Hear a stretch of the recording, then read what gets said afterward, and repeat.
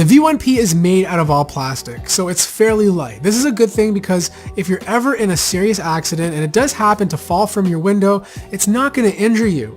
On the front is a 2.4-inch LCD screen that gets bright enough to see during the day.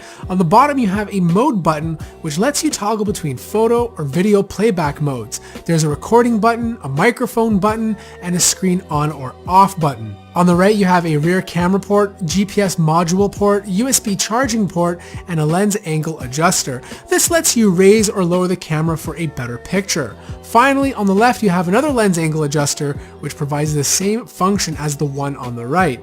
A menu button to access your settings, a reset button, a power button, and a micro SD card slot which can hold up to 128 gigabytes. Now here's the thing, I was worried about installation. I thought it'd be a pain since you need to run wires across your window to connect it to your car charger, but actually it's quite easy. The majority of cars have enough space to slip the cable in between the window and the fabric. So I just ran it around the glass, down the side, through my glove box, and into my car charger. Using the dash cam is super easy. You just leave it plugged into your car charger, and every time the car turns on, your dash cam will automatically turn on with it and automatically start recording.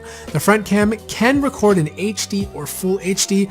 I left it on Full HD, but you will use up your storage space faster. In the event you do fill up your SD card without moving the footage, the V1P has loop recording, so after it gets full, it will start re-recording over the oldest files first. Rexing uses a G-sensor with their dash cam, so if you get into an accident, it will lock the footage. This way you don't lose any of your files. There's an option to turn on or off wide dynamic range. I like to leave it on. I always want my footage to look as best as possible. Speaking of detail, the camera is able to capture a wide field of view. So everything in front of your car gets recorded. The image quality is good. I'd probably compare it to a smartphone camera from 2015. And as you can see here, during the day, the colors look good and white balance is on point. Later in the evening when the sun is coming down, it still manages to do a good job of keeping things bright and clear. The camera is able to pick up the details and writing from the passing signs. The rear camera, on the other hand, only shoots at 480p, so the resolution is not as great, but more than fine to capture